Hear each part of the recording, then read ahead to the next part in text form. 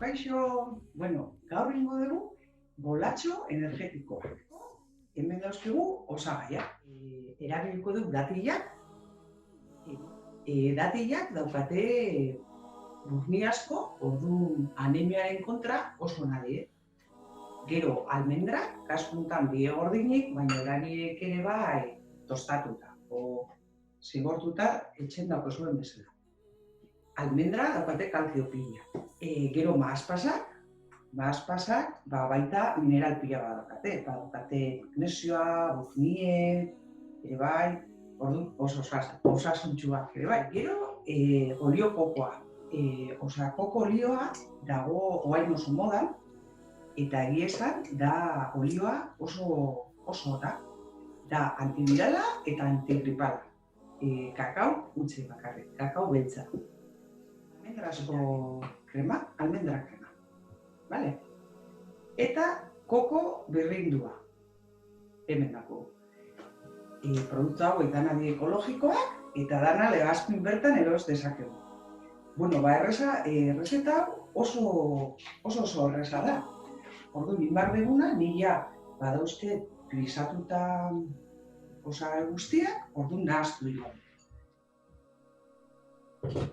Erabilileke edo turmis bat, edo baldin bakuzu sukaldoko robota bat, igual errezago ingo duzue.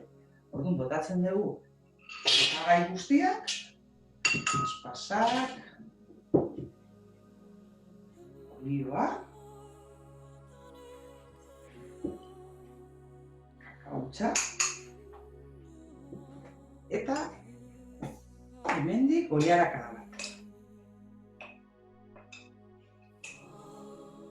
Egia esan, produktu hauek die oso onak. Oso daude, eta erabilike postrek eta merindak iteko edo edozein errezetarako. Kasu honetan, hori da postre, bolita balio dute postre edo merindatzeko. Masa, gelditu behar da masa bat, baino zatitxo gelditzen bazaio, gero jatean goxo bada.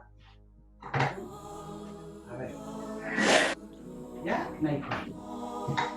Hori, testura da, orain hemenik igual ez dago ikusten, baina, bueno, die zatitxo bezala. Eta bolak oso errezak ikusten.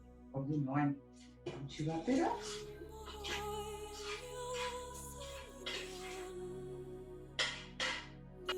Koko berrindua pasatzeko, eta oso erreza da.